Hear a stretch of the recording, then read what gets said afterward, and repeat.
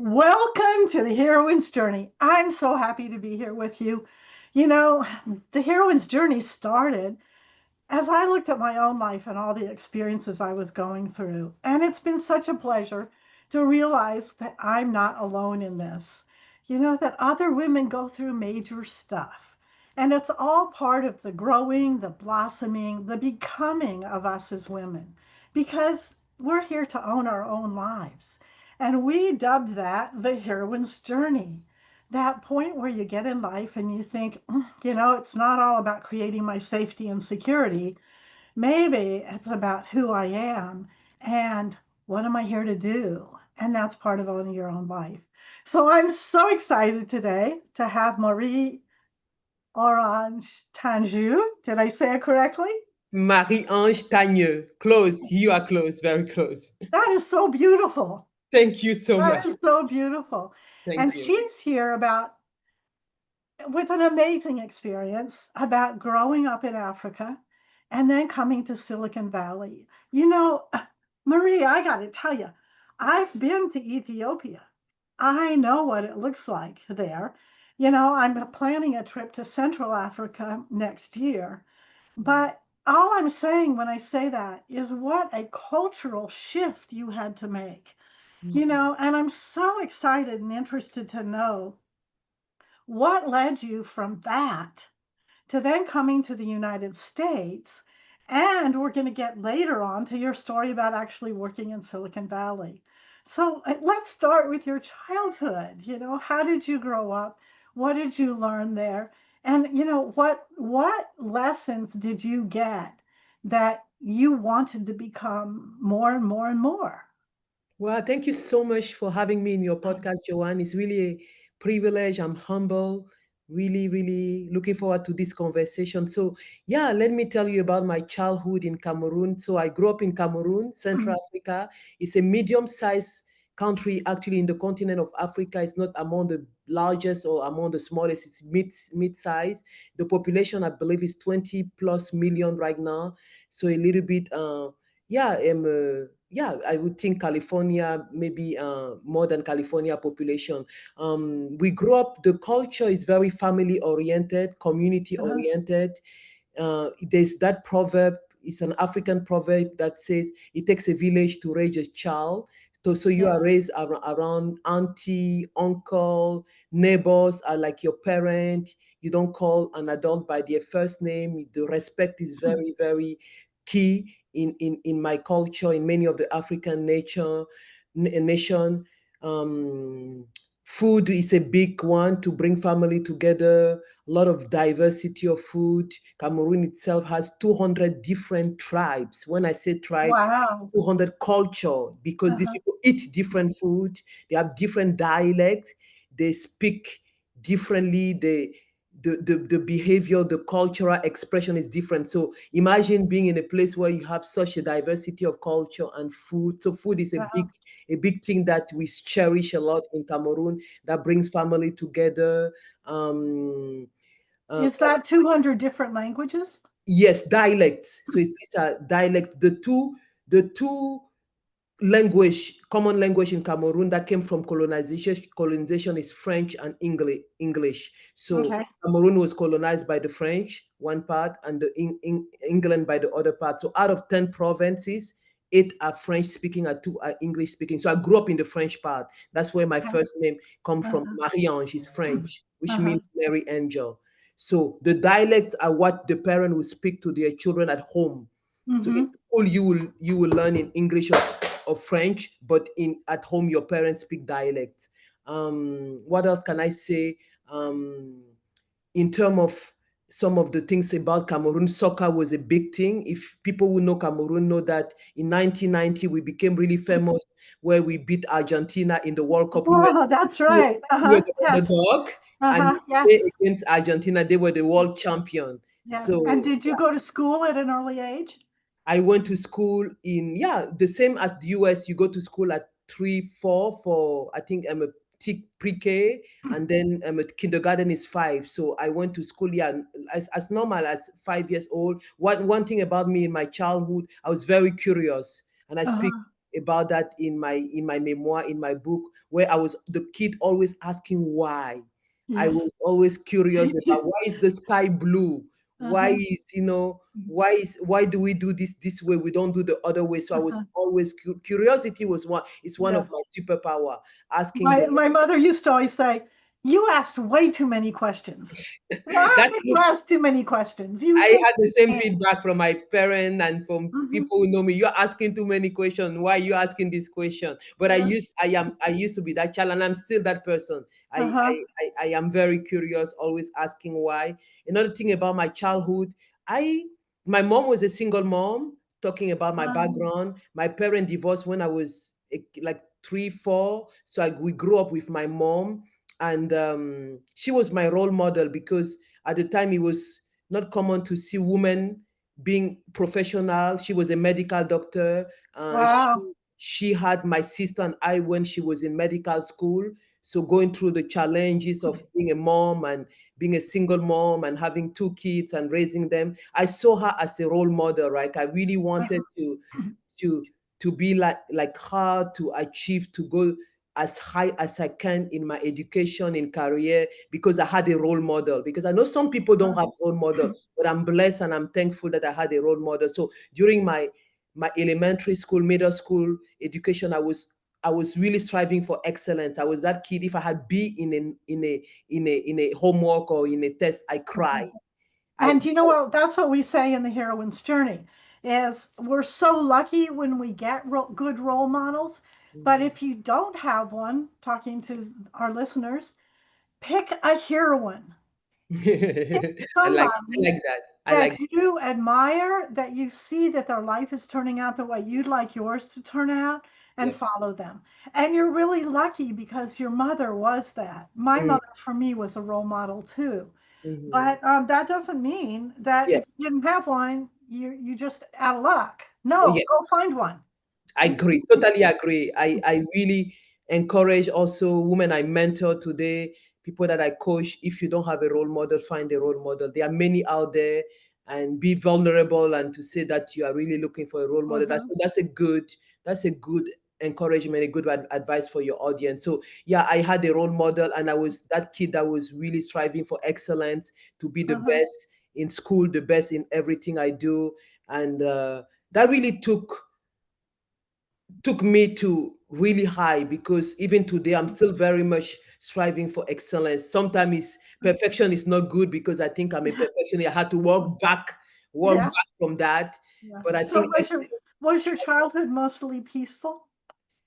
yes, Cameroon hasn't had conflict. Like I know Uh-huh. many African country has gone through war, coup d'etat, different, yeah, change of government challenge. No, we haven't had that. It was mainly peaceful. Of course, it's a developing country. People, I think, compared to the US cost of living, people live, you would say people live below the poverty line. I mean, it's a developing country. Most people go by every day. You don't know. I had the neighbor, they don't know what the next meal is going to, when it's going to come. I remember my mom say, oh, be careful if you are able to eat 3 times a day, but there are kids who just eat. Your next door neighbor needs once a day, or even Yeah. every other day. I mean, it's common. So you got to see it all in that Yes, regard. yes. And one of the things I did, and I'm open about this, is I went through a terrible divorce and Hmm. I was moaning like, a sad, sad sack. And I went to Ethiopia. And the Hmm. reason I went to Ethiopia is that I wanted to change my mindset, my perspective. You Hmm. actually got lucky because you realize that you are already so blessed. Hmm. You are given so many God blessings just because you get a warm shower and you get, you get sheets at night and you get 3 meals a day. And Hmm. in America, we so forget that. Yeah, We just I agree. I we totally agree, John. That's a good point. I'm raising 2 amazing kids in the US, and my heart, my desire is, as they grow up, to have compassion, to understand that the rest of the world where they live, doesn't is the live like bubble. This is this. the bubble. The rest of Mhm, the world doesn't live like here in Silicon Valley or the US, right? So what I mhm. do, I usually take them to homeless shelter, to see people who don't have home, people who are on the Mhm. street. Let's feed them. I've taken them back to Africa once to see. We talk about that. You see, Yeah. this is what life is for. This is what the most of life 90%, is. 90% of the world population. So how Uh-huh. do you live with compassion, a heart of compassion, that Uh-huh. you don't need 10 pair of shoes? Come on, you don't. Two, three, you can go by with that. Uh-huh. When they ask me for those expensive gadgets, I say, do you really need that? I can afford it, but do you really need that? So I'm really raising my kid with that awareness that, Mm-hmm. yeah, this is the So, US, or where we are, is not the right. majority of the world population, and live with And a type of if gratitude. you start here in America, start with gratitude. That's what Yes, I wanted to teach myself when I went to Ye- Ethiopia. Ethiopia. That's That wonderful. I was describing my life with hardship until I went to Ethiopia and I saw people who didn't, have bathrooms in their house, Yep, yep. or didn't eat regularly, Yes. and then it totally changed my Change mindset. your And mindset. I came back here with a much better attitude. I So love that. I where love. did your mother go to medical school? My mom went to medical school in Cameroon, so she started her studies in Russia. At the time, Wow. Russia had some relationship with some African nation. My dad actually went to Poland. That was interesting. East Europe, many of the East European countries, they had scholarship, government scholarship to go study. So my dad was in Poland and my mom was in Russia. After 1 year, she said that she felt homesick. It was really cold. I think it was still the communist government at the time. They couldn't read the Bible, they couldn't pray. She was a Christian, yeah, Catholic, and she really wanted to pray. And there were so many restrictions. So she felt homesick and she came back home after 1 year. So then she Uh-huh. enrolled. While she met my dad, they got married, and she enrolled in the medical school, in the local medical school in Cameroon, where Well, she finished her medical school. Is 6 years in Cameroon. and Um, did you know your father growing up? I knew my father. Yes, when I was born, my parents were still married, but they divorced. I was really young. I was like Okay. 4 or 5, like I mentioned. So during the holiday, summer holiday, we will go to spend some time with my dad. He remarried later on, not long ago. He remarried, so we spent time with them and his new wife. And during the school year, we were with my mom. Hmm. Mhm. And so did you is it in Cameroon, is it a hardship to be a single woman? Yeah, I would say it was taboo at the time. It was the society. I mean, you it was almost not common to see women who are divorced. Hmm. I don't know why. I would think, you know, maybe like you feel you fail in your marriage, you are maybe this aspect, you are a failure. The community really respect being in a family, having a husband, a Uh-huh. protector, or something like that. So I remember some of my aunt and people were saying the adult say many women prefer to be in not happy marriage where they might be abused or they might not feel really Uh-huh. happy than divorcing, because Yes. it doesn't look good on the woman. I So saw in Ethiopia, if you were divorced or if you didn't have a man, it was like you were invisible. You didn't exist. it's Like the it's only way you got your visibility was marriage. it's And com- I sponsored a child there for quite a while, and her father was extremely abusive, but Mhm, her mother felt it was more important to take that abuse than mhm. to step out as a woman. Yep, it's the So same. you, in that context, not Mhm. only did your mother step out, but then you later stepped out. How did she handle it so that she could handle the societal pressure and stay with her profession and, raise you beautifully? Mhm. I think it takes resilience, right? I share in my memoir. I keep on talking about my memoir. I just Show wrote. hand up your book, yeah. Yes, I just wrote my memoir, by the way.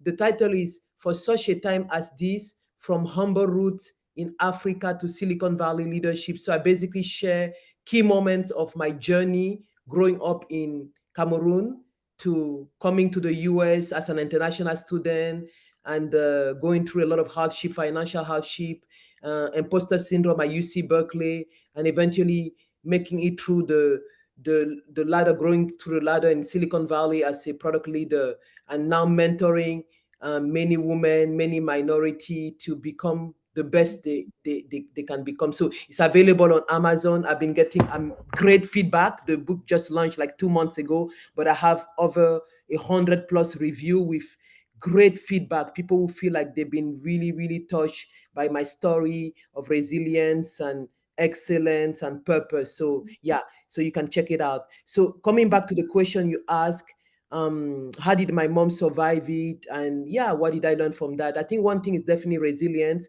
I have a scene in my book, in my memoir, where one day I found her crying in her bedroom, and I asked mommy, why are you crying? And she just gave me a hug. So it was hard. I can say that as a kid, even as a 5 years old, you see your mommy that you know she's really strong crying, you know that probably emotionally she's going through a lot, but she did her best to shield us, to shelter us from all what was going on. She made sure that we were fed. She made sure that we excel. I still remember that she told me, I've broken barrier to become a medical doctor. Very few among women are medical doctor in Cameroon at the time, and I want you to do better. I want you to be Uh-huh. the sky is the limit. So I had a mom who really believed in me and gave me that confidence that I can be what I want to be. So despite the challenge of being a single woman, she saved 10 years. I put that in my memoir of her life to for me to be in the US for 1 year. I still remember the bank statement. 10 years of her life for to Yes, send you for 1 year. for one semester, Wow. one semester in the US. It was 15 So US she dollars. was determined. She knew I was good, and that I would love to come to the US to pursue engineering. I wanted to become an astronaut initially, to go to be the first woman on the moon. Uh-huh. I have Wow. a scene like that in my book. My aunt asked me, "What do you want to become where I grow up?" I say, "I want to become an astronaut. I want to be the first woman on the moon." And she's like, "Women don't go on the moon. Women get married and have kids. That's a Yeah, right. And yeah, that's programming, whether it's where you grow up or where we grow up in America. yes, There is programming that we have that, to deal with in yep, order to own our own lives yes, because the programming will turn us into victims and we yep, want to be heroines. yep, So it's a struggle no matter where you are. But yeah. for you, So so I had that drive that I want to become an astronaut. My mom knew I really wanted to come to the US. So she really saved. She saved, and she was like, "Let me make sure I give you the best that I can to be able to propel your dream." So I'm really grateful, forever grateful to my mom for that. So when I had opportunity to come get an so admission through a was friend, it hard to come to America? I mean, are there impediments? Are there, like, now we know it's difficult to get across our borders.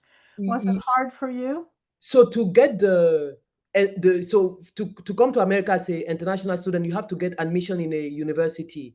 So I was a straight A student in high school, so my admission was not difficult. So I had a friend who grew up in Cameroon together. He was already in the US, so he applied based on my transcript, my statement of purpose, to a school in Richmond, Virginia, where he was located at the time, and I got an admission easily. The what was hard is to get the visa, right? Uh, When you after the admission, you have to go to the US embassy to actually request a visa, and they ask you a lot of documentation. I had all the documentation they asked, like your transcript to make sure that you're going to come to school, your admission letter, of course, that you admitted, the I-20, that's the document that the school sent, the bank statement. I told you my mom saved 10 years of her life. It was 15 US 15,000 15K thousand to pay for one semester. There was one question that it's just a psychology test. Prove that you're going to come back to your country, to Cameroon. yeah. That's a psychology test, because there's no document. There's really it's your word. It's really Uh-huh. your word. Right. They want to make sure that you come back because you are international student. You are non-immigrant. It's a So non-immigrant visa. did you go back? So what happened is that, let me share the story with you. Is that with all the documentation in the embassy, I was just praying, God, I'm a Christian. I was a Christian even since I was a kid, asking God, if this is your will for me, for you to go to America, you're going to open the door. And I had peace. I had peace even when I went to the embassy. So the lady, the consul, the US consul, looked at all the documentation when she interviewed me, and she was pausing on my transcript almost for 5 minutes. So she never asked me the question, show me, prove me that you're going to come back to the US. She asked all the other Wow. international students who came after before me, and they were crying. I saw them crying out of the office. They were rejected. She looked at me, she told me, and it's in my book, she said, Mrs. Marie-Ange, you are a bright mind. America will love you because of your Oh, intellect. that makes me want to cry. Yeah, That's why we I want see foreign your students here. potential, and I encourage you never forget where you are coming from. We want foreign students here for just that, That's because you come with a different perspective and with drive to produce and with, you know, hope and inspiration. But here's what I have my question. It yeah. all sounds perfect. Like you grew up with a role model, you got fed 3 meals, your mother saved and cared about you and sent you to America. Like it sounds like things were just going along really well. Mhm. But we both know there's a heroine's journey. Yep, it So, was not. what was your first upset? Wow, there are a lot. The first upset is coming first as an international student in the UN. I was 19. It's adjusting to a new culture. Everything was new. My accent was new. People didn't understand what I was saying. The food was new. I just couldn't adjust to the food easily. The even the nuance of the culture, understanding personal space, everything about culture. Like when you come to a new country, right, is new. No. The second challenge was financially. I talk about how my mom saved 10 years of her life, and that money finished in one semester, Oh, 15,000. And it was not even an expensive school. I mean, with my living expensive and the tuition, it was gone. So what do you do at that moment? There was not a lot of job in Richmond, Virginia at the time on campus where I was. So I had to start looking for a job off campus. And at the time, even many international students, there were not a lot of company that hire international students just because of your status. So I started mhm. from the bottom. I was working, I got a job. The only place that could hire me was a fast food Hardee's. So those in the East Coast might know Hardee's. And I was, Hardee's. Yes, we all yes, went to yes, I Hardee's. work in Hardee's, blue Yes. collar job, cleaning the bathroom, cleaning Uh-huh. table, in the kitchen, doing dishes, doing But this is burgers. what it took. It Yes, took that's what it this. took. $5. I was making minimum wage. Uh-huh. $5 an hour. $5 Yep. an hour. So I was working. I was going to school in the daytime, and during the night I go to my shift on Hardee's, and the money was barely enough to pay just rent and food. That's what it couldn't pay tuition. So even with that, I was I was not I would not be able to pay my tuition the next semester. So again, Wow. I am an excellent student. I was striving to keep my grade up, so I was able to keep a 4.0 GPA, so all A class. I'm cutting Wow. short into the story, but I got a scholarship from my school because of my 4.0 GPA. And Yes.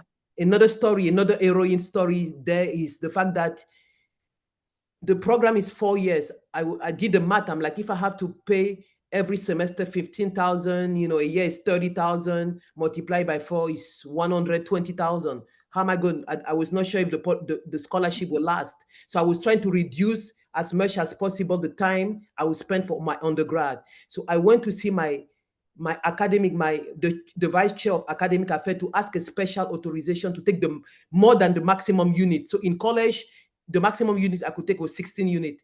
Per semester, I took 28 units. Oh my gosh, honey. Just Wow. crazy workload, crazy That's the workload. drive. It was, yeah. That that's not sitting around sucking your thumb saying, "Oh, Yep. well, it's me. He was My really life reluctant is to not approve very it. good. I'm not very privileged." Oh no, you said, "Here I am. Watch me. I'm going to fly." Yes. He was really reluctant to sign because you had to get a special authorization. He told me that if your grades go down, I will stop this. I mean, he's never done that before. He said, I've never done that before. So finally, he signed it. So that semester, the second semester, when I was taking 28 units, working in the night, just barely making it. I didn't have enough sleep. I I just live based on determination, grit, Yeah. passion that I'm gonna get it. So I was Mhm. still able to get my a 4.0 GPA the second semester. And Oh my gosh. he was impressed. He was like, I've never seen this. I've never in my whole life. This is Wow. why I do what I do. So I finished a 4 years degree in 2.5 years. Wow. That's how I finished. And I was the valedictorian of my promotion. Wow. What an amazing story The that is. 4.0 GPA. Yep. Wow. But that wasn't the end of it, because That was not the now end of it. you had to be accepted into America, into the next level, into, like, when we look at your book, we see that it says PhD on it. Yep. So, I so, can share about my journey now coming to California for my PhD at Berkeley. Um, Another part of the so story, you graduated from college in Virginia, yes, and then did you go someplace else in between, or did you come no, directly to I a came PhD straight program? from my undergrad to graduate study at Berkeley. Wow, Yeah. So wow. I was 21, 22 when I finished. It was the beginning of the dot-com with company like Google, Netscape, if you remember, like doing a lot of money and all that. I was like, should I go and get a job? But because of my passion for learning, for curiosity, I was young. I said, I want to go again the highest I can, which was my Mhm. drive even since I was a kid. Uh-huh, Go as high as I can in my education to learn from the best of the best of the best. So I uh-huh, decided to apply to the best program in my field in engineering in America. So I applied to MIT, Massachusetts Institute of Technology, Stanford University, and Berkeley. They are the three top in electrical engineering and computer science, the field finally that I decided uh-huh, to choose. And on the grad, one story that I didn't mention, I was rejected from, so I applied to many research experience for undergrad student uh-huh. based on my grade. One of my faculty member, he has seen my passion, he has seen my determination and my grade, said this program you should apply. When I start applying to many of these programs, what happened is that undergrad go a summer in a university, do research, which will be helpful for to apply to graduate Yeah, school. grad I was school. rejected because most of the program was sponsored by National Science Foundation, which is a US government agency, and they don't accept international students. They don't accept Oh, international. wow. So Wow. after so many rejection, one of the school, UCSD, University of California, San Diego, called me. They first rejected me, and they called me 2 weeks prior to the program started. That a student just drop of the Mhm. program. They want to give me a chance, so they actually broke the rule to Did get your me. heart just go like this on a roller coaster? I was able to do research Uh-huh, experience as an undergrad at UCSD. The next semester, I did it at Princeton. These two programs, I did so well. The professor that I work for, they were able to write letter of recommendation, which were wow. critical for me to apply to school like UC Berkeley, Stanford, and MIT. I Wow. really want to highlight that. And I just want to point out here how creative you were. You know, you didn't live in the box and Mhm. say, "Oh, I can't get out of this box." Yes, You yes, said, "Okay, that didn't work. yes, yes. Next, now what do I need to do next? Mhm. Because I'm going there and the path is in front of me. It might not be a straight one, but Mhm. like, what else can I do?" Yep, And yep, I'm sure that you just racked your brain and stayed awake at night, and but you were determined. You said, "I yep. believe there are options for me." That's what I call grit in my book. I think I'm somebody who I don't give up. I teach that to my kids, and I try Uh-huh. to find, based on my hard work, based on my On passion, the what are on the the other heroine way? I don't on blame the other people. I don't take the victim mentality. I try yeah. to, what else can I be doing different? And that's what I did. I keep on applying, and somebody eventually, so this girl is good. This Uh-huh. girl knows what she wants. We want her in our program. Uh-huh. So they gave me then an open door, and from there, Yes, on the heroine's journey, you have to always believe there are options. You might not see them, Mhm. but it's biblical. If you Mm, don't knock, you won't get an answer. you got it, Joanne.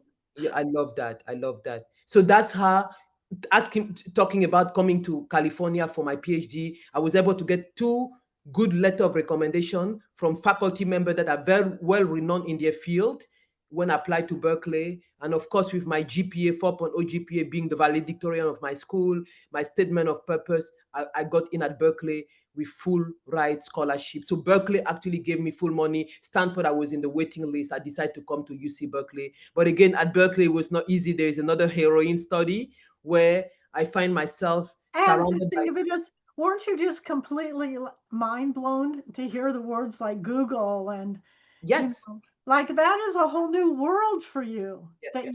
you are just imagining as you're going along in this process. Yep, I think Google was starting when I was, yeah, starting my PhD. They were just, yeah, starting 2 or 3 years into their journey. So the big thing at Berkeley for me was imposter syndrome. I talk a lot about imposter syndrome in my book, and many women, many minority, many people who have been the only one in the room face that. they think I don't belong. They think, oh, am I smart enough? They doubt themselves.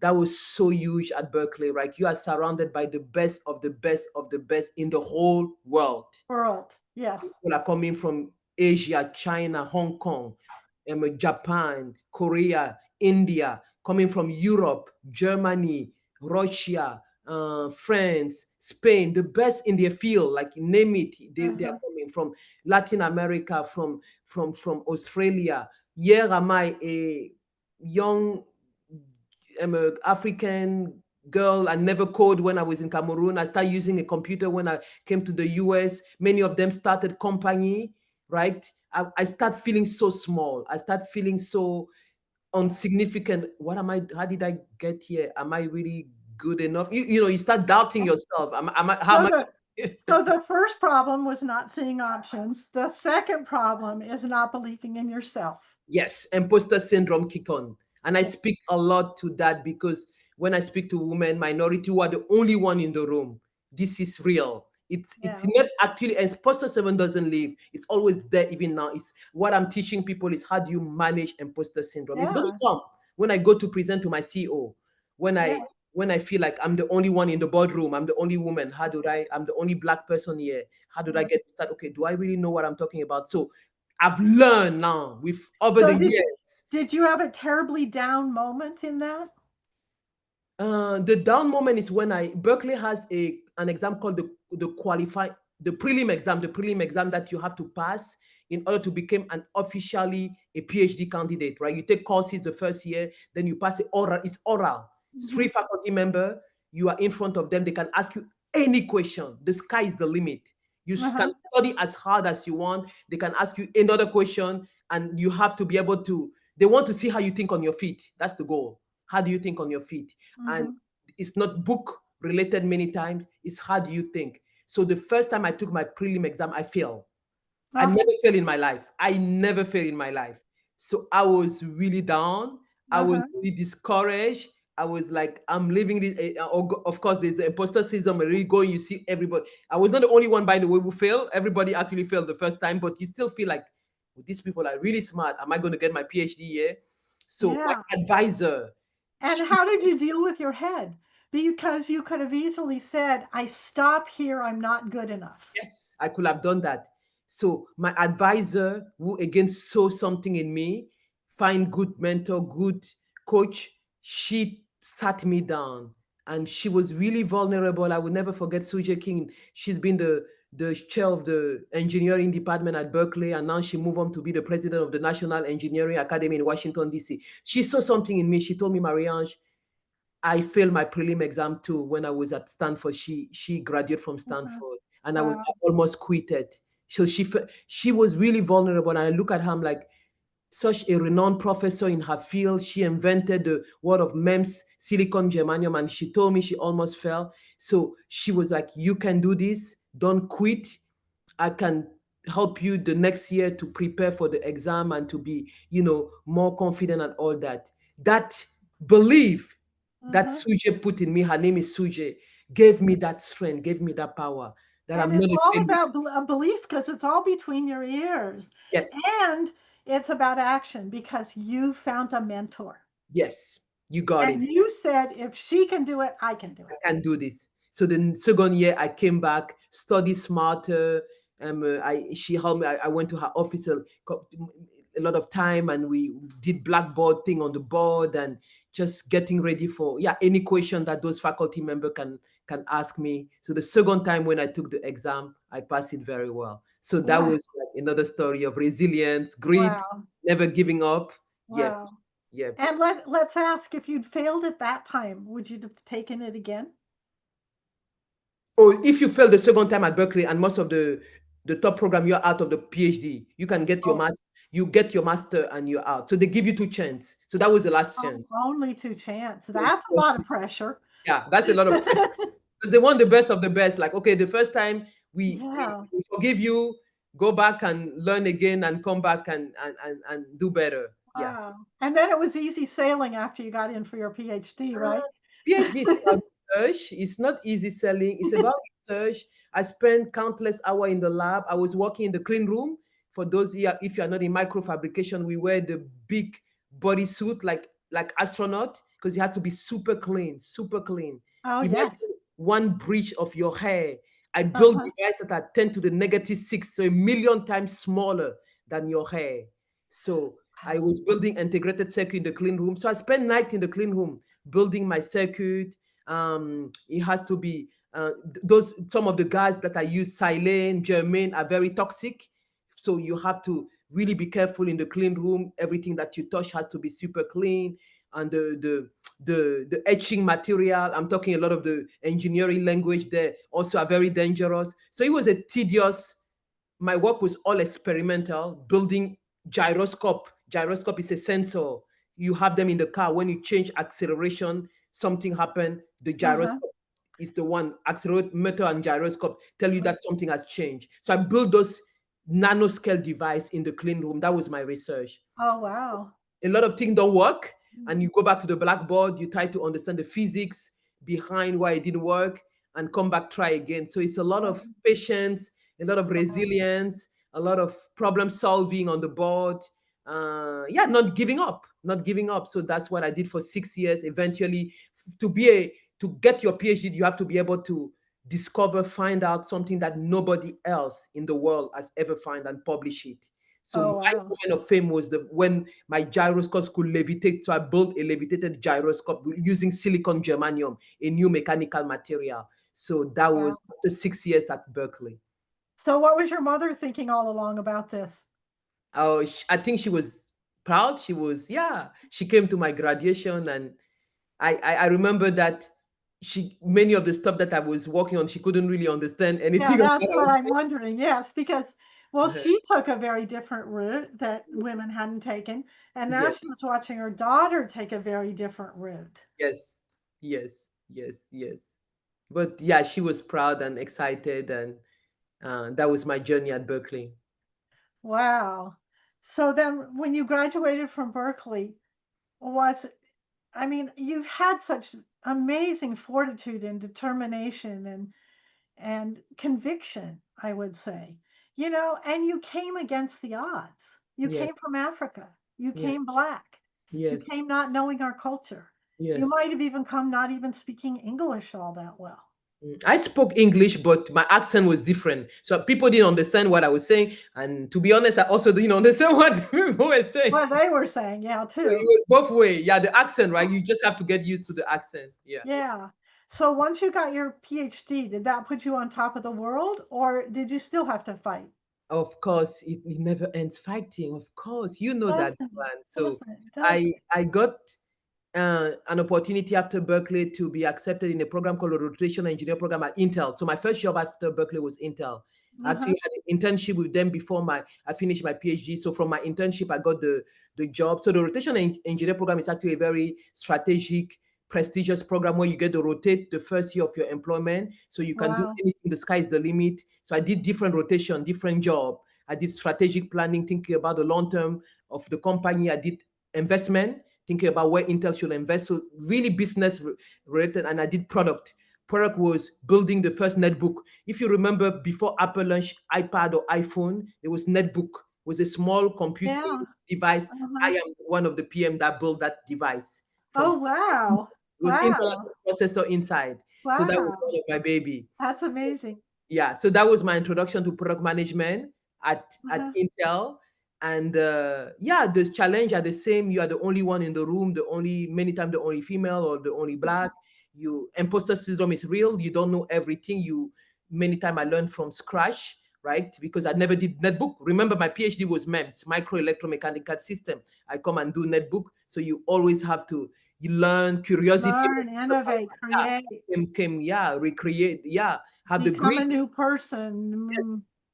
And then after Intel, I moved to McAfee Security. After McAfee, I moved to Amazon Streaming, the Fire TV that you use at home to stream Uh-huh. content. I work on Wow. that. Then I work in Roku. Roku was launching the Roku channel. If you have a Roku device at home, I Uh-huh. launched the Roku channel in UK, Canada. Then Yahoo, I built community, like the commenting platform where user engage with other user to comment on article. I built that. and then Meta was my last role where I built compliance. So why am I sharing this is that my career, I've grown in corporate America to eventually build a CV, a resume where I've learned so many things and grow in the ladder. But I took different turn, left and right, different product initiative, different focus area. It was not the same focus area. It was not like just focusing on netbook, just focusing on security or streaming. I did all that. So in Uh-huh. each of these discipline, when you start, you don't know anything. Curiosity, you have to learn from scratch. Curiosity will be my best bet. Taking risk. I tell people if you want to um, beat the odds, continue to grow. Taking risk was a big one in my career because many times Mm-hmm. you don't know if you're gonna fail. I mean, you don't know you are new in the field. You start from Yeah. scratch and you take a risk. And I'm Uh-huh. a risk taker. The other one is problem solving. Mm-hmm. Many times I don't, from day one I don't know the answer, but being able to think Mm-hmm. rationally, how do I solve what I do? Hypothesis, what do I know? How do I solve the problem? So all these different attributes have helped me to be able Uh-huh. to maneuver all these different product initiative. And of course, And always imposter syndrome. I learned that imposter syndrome will be my best friend, but I know that I've built a track record now that I'm not uh-huh. scared of any new thing that come in my way. I might not know Explain that. Joanne, but I will Explain learn. that. Explain that. Why is imposter syndrome your best friend? Because imposter syndrome is real. If you want to achieve anything, you will start a new job or a new initiative. You feel like you don't belong. You feel like I don't know everything. Mm-hmm. You feel like giving up. I hear a lot of the people that I mentor. Oh, I'm not sure if I can make it. You doubt yourself, especially women. We doubt ourselves a lot. The confidence factor comes. So Uh-huh. this will come. What I'm telling people, don't think Don't that be surprised. It yes, comes. yeah, don't be surprised. Don't think that Marie-Ange, because I've done all this amazing stuff that I don't have imposter syndrome anymore. No, I still do. When I Yeah. take a new bet, a new initiative. But Uh-huh. how do I make it my best friend? The way it works for me is that I look back where I'm coming from. I came from Africa. I Uh-huh. look what I've achieved, all the hurdle, all Uh-huh. the hustle, what took me through to break barriers. Again, my curiosity, my Mm-hmm. grit, my determination, my Mm-hmm. resilience. This Mm-hmm. thing never left me, right? If I did that, I can do that. I'm thinking about Berkeley. That's Uh-huh. what I'm sharing about the story of failure. I failed my prelim. I was so down. Uh-huh. And and I was able to pass the prelim and be the first African woman, by the way, to graduate from electrical engineering, computer science in electrical engineering. Think Wow. about that. But Congratulations. Maria, you did that. You Yeah. did that. You You did that. worked hard to Uh, get that, right? yeah. So it gave me hope and believe that I can do anything. Yeah. I can do I heard two things. Someone said to me one time, the pioneers are the ones with the arrows in their ass. anything. Because people shoot at you. And, Yeah, as soon as you're trying to climb, there yeah, are people who want to pull you down. yeah, yeah. And it was only with your determination and your resilience. Yes, And secondly, that sense that another person said to me when I was in a similar situation, go home and put out visual images. In my case, she said, go down in your basement and get a whole box of books and put them mhm. all over your house, so that it would remind you, you wrote that book. You got it, Joanne. You wrote You that book. did it. Yeah, You you did put it. you put that diploma on your wall. You did it. know? Yes. So You my encouragement, look back all the challenge that you had, all yeah, the rehearsal and how you were able to achieve. So this is a new challenge. I can do this. So that's what I do to mhm, myself when the yeah. imposter syndrome kick in right now and I don't know what I'm doing. I feel like I'm the only one on this table. How did I get to this boardroom? I'm like, I'm here because I deserve to be on the table. Yes. I have And you something. have to say that. Yes, I have to You say that to myself. you have to get the small voice to calm down, You and you got it. have to get the adult out and have the adult say, "You're here because of all the things you did." You got it. You got it. And as an adult, you're going to fail. Einstein said, if you never failed, you never took a Ah, risk. you got it. I love that quote too. I have that as one of my favorite quote. If you never fail, you never actually Took try a hard. risk, Because yes. every time you try something that nobody has done, Uh-huh. try something new, you're gonna fail. But learn from the failure. Don't blame other people. Learn from the failure and move on. So yeah, Because you'll get that piece, that yes, little piece that you were missing. And then the y- next time you go take the exam, voila, you could pass it. You got it. You got it. Yeah. So these are all the stuff. When I say imposter syndrome is my best friend, I expect it. I know that sometimes I will feel like I don't belong or how did Uh-huh. I get here? But I remember all this tool, right? That I Uh-huh. got here because I deserve. That even if I fail, I can learn from my failure. Why not? I am curious. I have the drive. I have the resilience. All this tool, all this strength that I've carried from all the other experiences. Let's circle back for a minute. So along the way, you Mhm. also didn't neglect your personal life. Yes, I did not. So along the way, you got married. Mhm. Along the way, you had some kids. Yes. So how did you fold all that into this tremendous drive and future that you saw for yourself? Yeah, I share a little bit about that personal journey in my book also because I think it's also very interesting to learn from when you see a successful woman. Is it all about work or is it all about, yeah, just climbing the ladder? Actually, no. I'm sharing a lot about a actually starting with Heroine story. I went through a very, very bad breakup before I met my husband. It's on the book. And I really wanted to share it because it was one of the most it was one of the darkest moments of my life where Uh-huh. I got depressed because I felt like the person I was engaged with a person, and I felt like he was the person that God has planned for me to be married. Everything seems to be going well. I mean, there was some stuff that in terms of um, values and all that, but I neglected it. And 2 or 3 weeks before the wedding, he called it off. And Mm. the invitation has gone. I've gone out. I had my wedding dress, the bridesmaid. I'm laughing about that, but at that moment, I was not laughing. The bridesmaids have everybody has flew from all over the world for the wedding, and he called it off, and he said it's not working for him. And I was devastated. I was Joanne. I was I got depressed. I didn't know what was depression. I really didn't know what was depression before that. When people told me I'm depressed, I say, "Do you believe in God? Do you pray? Do you?" I gave those silly or simple answer. But at that moment, I mean, I was really shaken in my core. I Uh-huh. was sad most of the day. I in my African culture, you don't commit suicide, but many times I was like, God, take me home because I didn't want to Yes. leave. I I lived in that spot too. I know exactly what you're talking you know about. what I talk about. And Yeah. during that season, I think it's in the sometime in the darkest season of your life that as a Christian, God shared his light and his love. So I encountered the faithfulness and the goodness of God is in my book, and I'm not going to spoil that story when I went to Mozambique in a mission organization called Iris Ministry, and just See, you did the same thing I did. yeah, the love of God, the faithfulness of God, I really got refreshed to come back to Silicon Valley to start again and to trust again and to love again.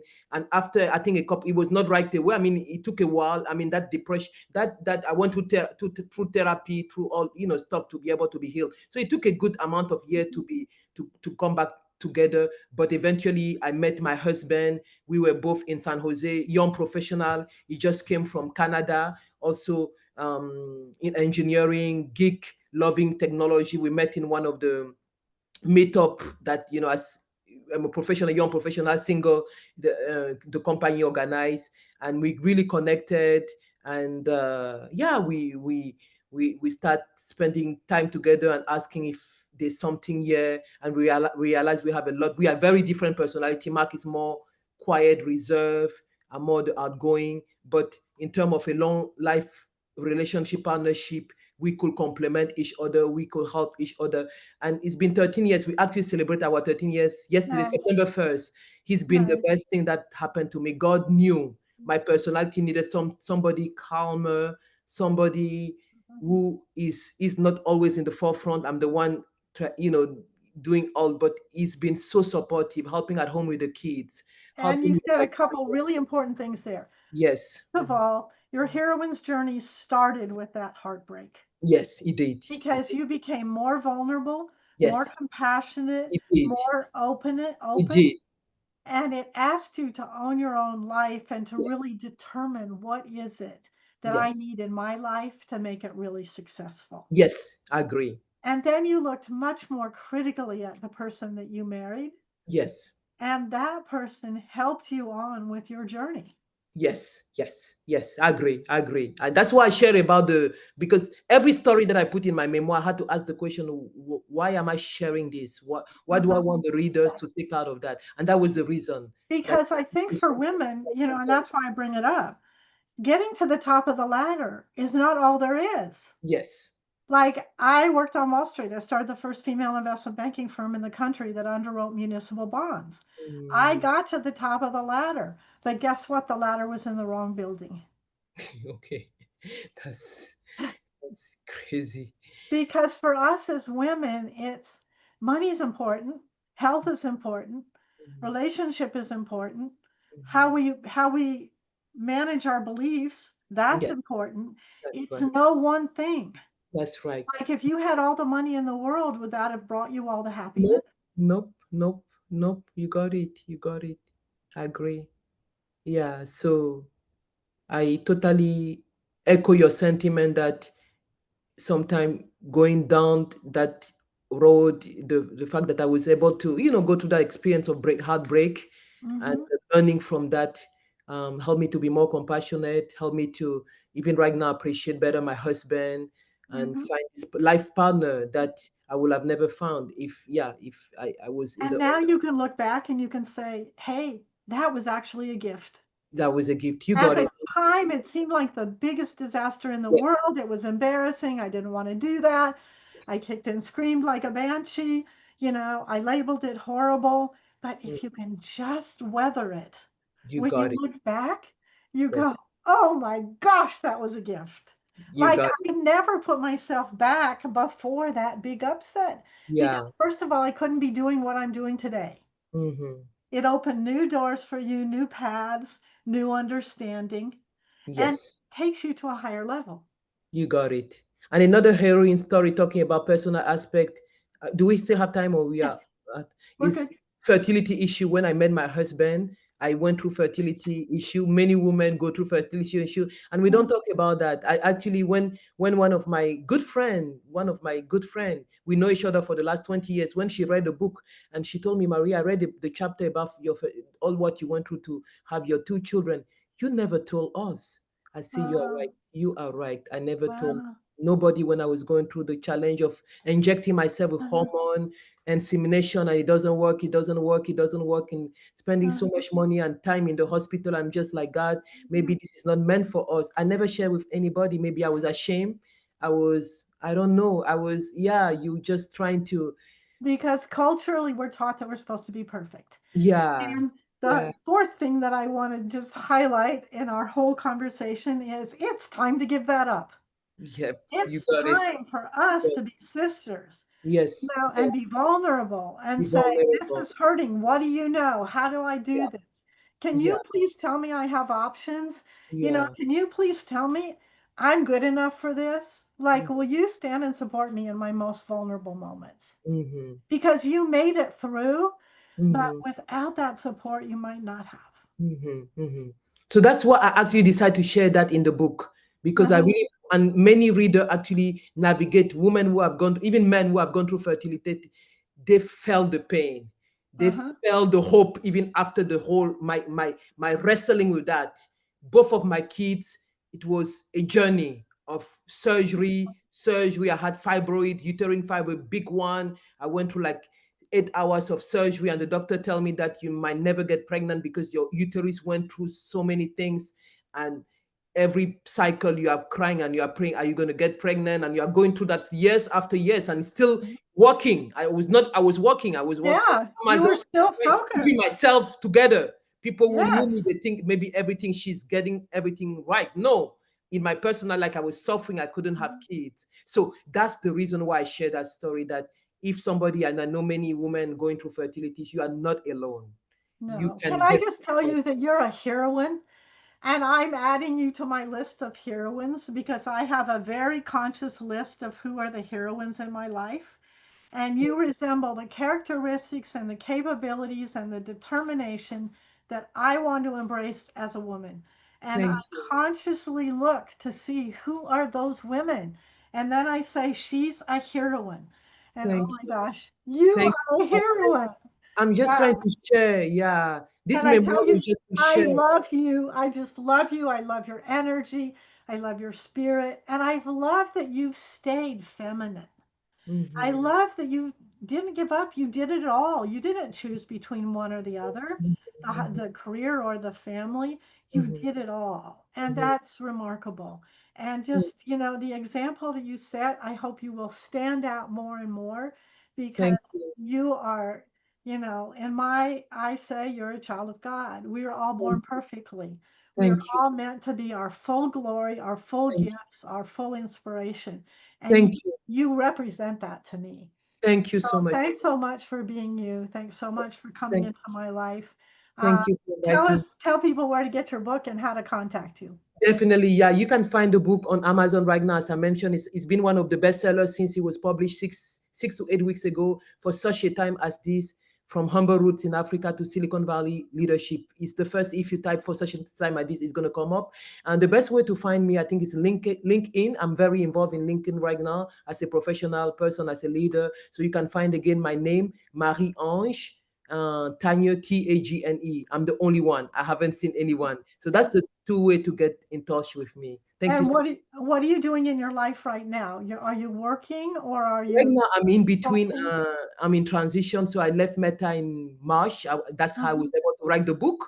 And now mhm. I have some a couple opportunities, speaking of opportunity coming up, as well as interview different company are trying to get me to join them for product leadership roles. So I'm trying to find what is the best, the Well, best company values where I want to continue to build great products.